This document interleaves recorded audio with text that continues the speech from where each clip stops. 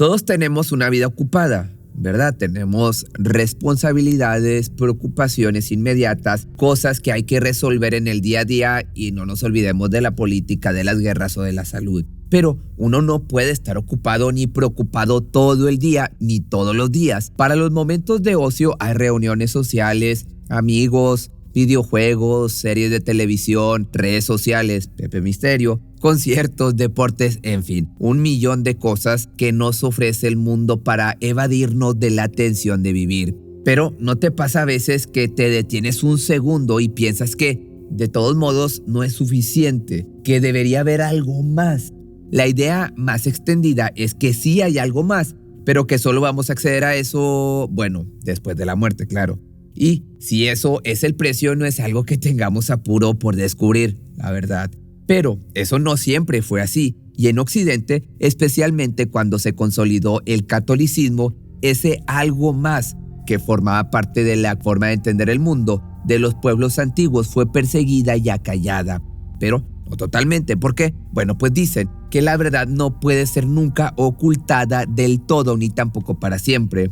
A veces se lo conoce como el mundo natural, una realidad solapada con la nuestra en la que vagan seres, fuerzas y energías que no podemos apresar ni comprender del todo, pero a veces tenemos contactos fugaces, indicios vistos por el rabillo del ojo que nos revela parte de un mundo oculto, de un mundo natural.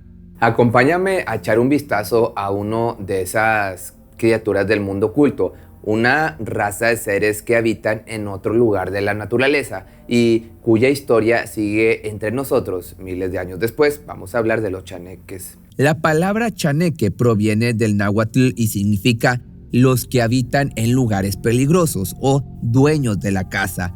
Los chaneques son, en definitiva, una clase de duendes, como suelen llamarlas criaturas elementales, y la tradición o la cultura popular nos dice que son seres antiguos que están aquí desde mucho antes que nosotros.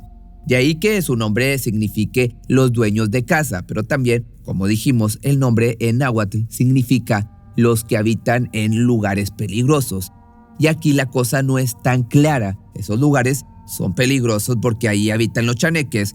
¿O es que esa otra dimensión de la realidad donde habitan no es tan acogedora como la nuestra? También es verdad que, según la misma tradición, se pueden encontrar chaneques en cascadas, colinas o en lo profundo de los bosques, que son de por sí lugares peligrosos. Así que este segundo significado no queda del todo claro, pero sí podemos decir algo. Hay chaneques buenos y malos, como si fueran dos tribus diferentes. Se llama chaneques blancos a los que tienen una actitud más benigna o amable hacia los hombres. Los chaneques negros son un poco diferentes. A los chaneques negros no les gustamos mucho o para nada. Y no solo cuando nos metemos en su territorio y los molestamos. Los chaneques negros llegan incluso a buscarnos para hacernos saber que no somos bienvenidos, no ya en su territorio sino en general. Por eso, en muchas regiones de México se los tiene por criaturas peligrosas. Un peligro que va desde un ataque físico hasta algo más grave y que suele tener como víctima principal a los niños pequeños. En general se describe a los chaneques como protectores de la naturaleza. Quizás esta forma de verlos esté relacionada con el hecho de que habitan en zonas rurales, apareciendo y desapareciendo a voluntad entre las rocas o en la espesura. Pero los chaneques blancos parecieran sentirse igualmente cómodos cerca de los hombres. Por eso no es extraño que se manifiesten en viviendas habitadas e incluso en áreas pobladas. Y a pesar de que, como ya te he comentado, los chaneques blancos parecen disfrutar de la proximidad de los humanos, no es conveniente ofenderlos o molestarlos.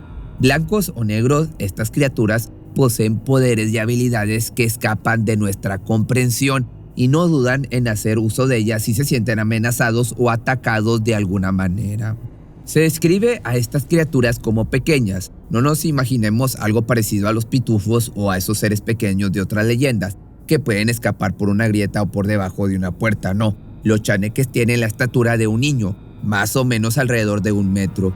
Se dice que tienen cola, rostros arrugados como si fuera un anciano y los pies al revés. En este punto, y esto es interesante, hay otra criatura muy lejos de México que comparte al menos dos de estas características. Hablemos de Pombero, que esto es en Argentina. También descrito como un hombrecito arrugado de poca estatura y con los pies al revés. Cuesta pensar que culturas originarias tan alejadas coincidan en cosas tan puntuales al momento de describir una criatura supuestamente inexistente, ¿no crees? Pero vamos a volver a los chaneques. Otra característica peculiar es que solo tienen una oreja del lado derecho. Además tienen una gran cabeza de color oscuro y, a cierta distancia, es común confundirlos con niños pequeños. También sabemos algo acerca de sus costumbres, aunque en realidad es bastante poco. Se dice que forman parejas y se casan, es como decirlo como una regla de su sociedad. El hecho de que existan chaneques buenos y malos está relacionado con la naturaleza del chane. Como se trata de un dios, se preocupa por los humanos y así como los protege puede castigarlos cuando tienen un comportamiento inaceptable. En especial suele castigar a los adúlteros, a los infieles, vamos, para que me entiendas. Como es común en este tipo de criaturas, en todas las tradiciones tienen un fuerte código moral. Pero en su relación con los humanos, los chaneques blancos suelen ser juguetones, traviesos como niños, pueden hacer ruidos durante la noche y asustar a las personas que duermen tranquilamente o esconder cosas que después aparecen donde más se les había buscado. Pero no todo es simpático y divertido. Los seres elementales, en prácticamente todas las culturas, no solo protegen lo que creen que les corresponde por derecho, a veces toman cosas del mundo de los humanos, cosas mucho más importantes que las llaves de la casa o un par de anteojos de lentes. Un chaneque negro puede ser peligroso, especialmente para los niños. Al ser de una estatura parecida a la de ellos, puede acercarse y entablar conversaciones con ellos cuando no hay adultos cerca. Y se han dado casos en los que esto no termina bien. No son extrañas las historias en que uno o más chaneques se han acercado a un niño con el único objetivo de lastimarlos. Golpes y arañazos son los más comunes. Se dice que estas criaturas prefieren a los niños varones, sobre todo si es el mayor de varios hermanos. Pero este sería el caso menos grave, porque estas criaturas, de manera similar a como lo hacen los duendes y hadas europeos, pueden llegar a privar de la libertad o a secuestrar a bebés y niños pequeños. Dicen que lo hacen para llevarlos al inframundo, donde son criados como sirvientes o esclavos. En el caso de los seres elementales del viejo continente, estos casos incluían un intercambio. Duendes y hadas robaban a los bebés dejando a uno de su propia especie en su lugar. Los chaneques, al parecer, no tienen esta habilidad de imitar la forma humana en un camuflaje perfecto, pero sí que pueden imitar voces, ya sea para despistar o para atraer a una víctima. ¿Recuerdan que hablábamos de que estos seres de la naturaleza tienen poderes que no podemos comprender? Bueno, claro que nunca se ha atrapado a un chaneque, y esto de por sí nos deja claro que tienen habilidades que van más allá de nuestros medios, digamos mecánicos, los que utilizamos para atrapar cualquier otra cosa. Esa capacidad para desvanecerse y no ser encontrados es solo una de sus, digamos, defensas naturales. Pero ocurre que al decir que estos seres vienen del inframundo, nos referimos a que habitan en una especie de más allá, un reino que, para nosotros al menos, tiene más relación con el mundo etéreo o espiritual que con el mundo físico. Y si es verdad que tenemos un alma, esta está más relacionada con ese mundo que con el nuestro, pues parece que es ahí donde pueden hacernos daño. Este daño se manifiesta con un desgano, una pérdida de la vitalidad que puede terminar en la muerte si no se revierte a tiempo. Y sí, estas criaturas pueden debilitar el espíritu, haciendo caer a su víctima en el desgano y la languidez más absoluta hasta que simplemente pierde las ganas de vivir. El remedio más común para este tipo de ataques es recurrir a un brujo o curandero para que interceda por nosotros ante el chaneque. También pueden hacerse ofrendas como golosinas o tabaco, que son cosas muy del agrado de estas criaturas, pero esto vale la pena aclararlo, no siempre funciona. Así que quédate conmigo hasta el final, porque aparte te tengo una historia real de una experiencia con un chaneque negro que no te puedes perder. Además de recurrir a la magia para lograr una tregua con un chaneque ofendido, existen otros medios para asegurarse de no ser visto con malos ojos por estas criaturas del inframundo. Uno de los más curiosos que seguramente ustedes conocen, sobre todo si han vivido o tienen familia en zonas más rurales, es la costumbre de ponerle a los niños alguna prenda al revés, sobre todo si van a estar solos o en algún lugar fuera de la vista de sus padres o de cualquier otro adulto. También puede recurrirse al uso de ciertos amuletos. Uno de los más populares es usar un collar hecho con la semilla que se conoce como ojo de venado, que también está muy presente en el folclore mexicano y tiene su propia leyenda. Los collares de nueces también son efectivos, o por lo menos eso es lo que se dice. Claro que siempre hay escépticos, ya sabes, a lo mejor tú eres uno de ellos. Personas que no creen y piensan que este tipo de historias solo son propias de personas ignorantes y supersticiosas. Pero si investigas un poquito, encontrarás historias de personas que se toparon con estas criaturas mientras estaban metidos en sus asuntos y nada estaba más lejos de su mente que lo sobrenatural. Donde más frecuente es encontrar este tipo de testimonios es en empleados u operarios de compañías que se dedican a construir casas, represas, urbanizaciones, caminos, cualquier actividad que implique perturbar una zona deshabitada por humanos, claro, es lo que quiero decir. Porque si recordamos lo que te dije al comienzo, los chaneques son protectores de la naturaleza en general. Así es comprensible que reaccionen cuando un montón de hombres ruidosos quieren volar una parte de la montaña para construir una carretera o comiencen a derribar árboles para poner los cimientos de un depósito en las afueras. Pero debemos recordar también que los chaneques blancos o buenos suelen vivir cerca de los humanos. No podríamos decir que les caemos especialmente bien, pero nos toleran. Ahora bien, los chaneques negros o malos eligen vivir en sitios apartados, precisamente donde los hombres van a expandir sus ciudades y a levantar toda esa infraestructura que utilizamos para sostener nuestra forma de vida moderna. Claro que hay numerosos casos de proyectos de ingeniería en México que se vieron obstaculizados por fenómenos inexplicables. Casos de voces fantasmales que imitaban la de un capataz y causaban trastornos de todo tipo, por ejemplo, dando una orden que echaba todo a perder, también planos y herramientas que se perdían e incluso ataques físicos como una piedra que salía volando de la nada contra alguno de los hombres que estaba trabajando. También, por supuesto, maquinaria que se negaba a funcionar, porque otra cosa que es bien sabida de los chaneques es que sienten un enorme desagrado por los motores, las máquinas ruidosas y los aparatos mecánicos en general. Muchas veces, aunque no llegara a verse abiertamente a los chaneques, sí que se han observado sus huellas de manos y pies en el polvo o sobre una pared, y curiosamente esas huellas no se podían borrar ni lavar, como si hubieran sido dejadas con alguna sustancia que no era ni pintura ni grasa, pero que tenía características de las dos.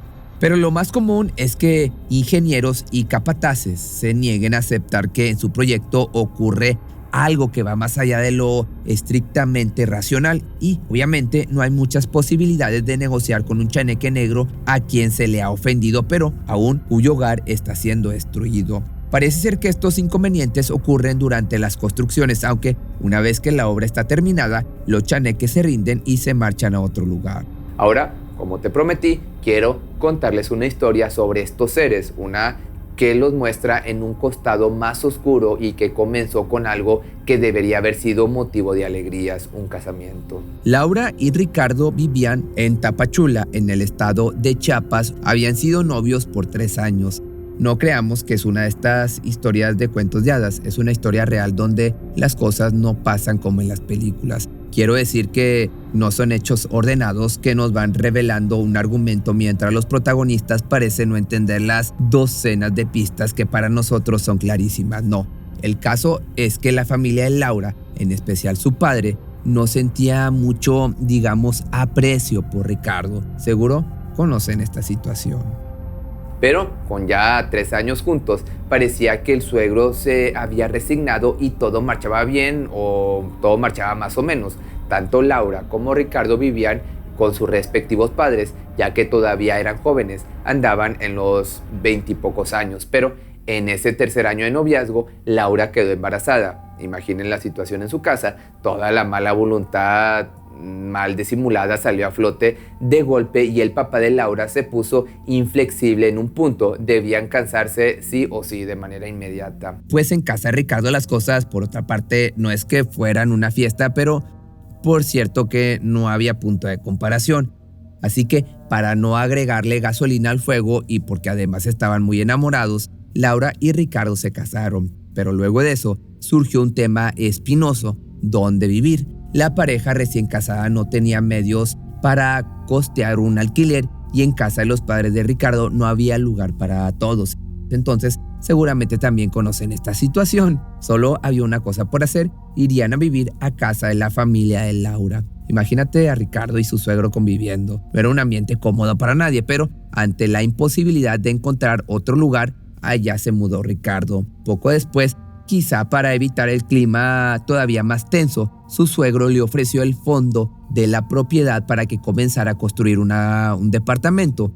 Era un terreno muy grande y las viviendas estarían bastante alejadas. Ya sabes que el arrimado al tercer día apesta, cosa que tanto para Ricardo como para el papá de Laura era ideal el que vivieran lejos. La construcción tampoco es barata, pero los dos hombres, ayudados por un vecino, comenzaron a trabajar.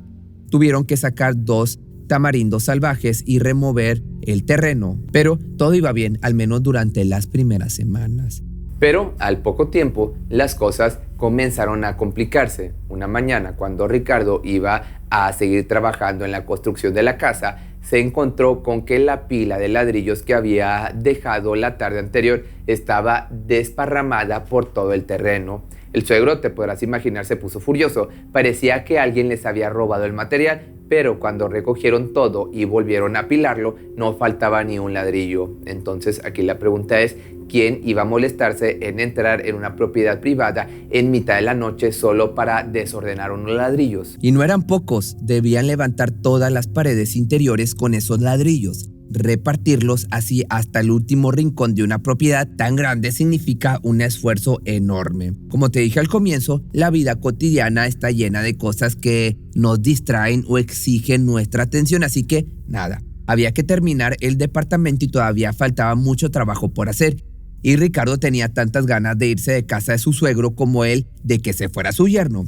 De esta manera pasaron un par de semanas y el vecino llegó para llevarse los puntales que habían usado. Ya saben, esos troncos que aseguran el techo mientras se seca la loza. Toda esa madera estaba apilada al final del terreno, lindante al campo.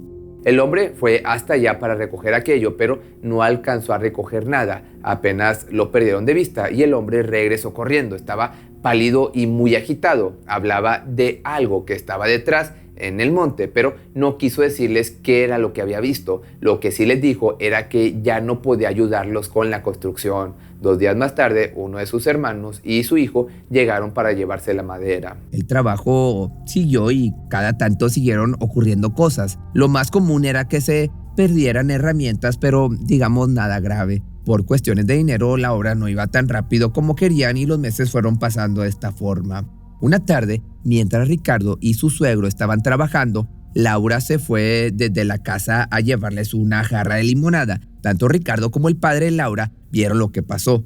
Laura se acercaba con la bandeja en equilibrio, con cuidado porque todo el suelo estaba lleno de ladrillos, aparte de alambres y pedazos de hierro, y ella ya tenía el embarazo bastante avanzado. Al pasar junto a una pila de arena, pudieron ver cómo algo la jalaba del vestido. No vieron qué era, pero sí vieron el vestido estirándose. Algo que se escondía de la vista tras la arena le dio un fuerte tirón y Laura cayó sentada. La limonada y los vasos se hicieron pedazos, empapándola por completo. Los hombres corrieron a auxiliarla. Te recuerdo que tenía un embarazo ya avanzado, pero no se encontraron con nada fuera del lugar. Laura estaba muy asustada. Ella tampoco había visto nada, solo sintió que algo la jaló del vestido con mucha fuerza.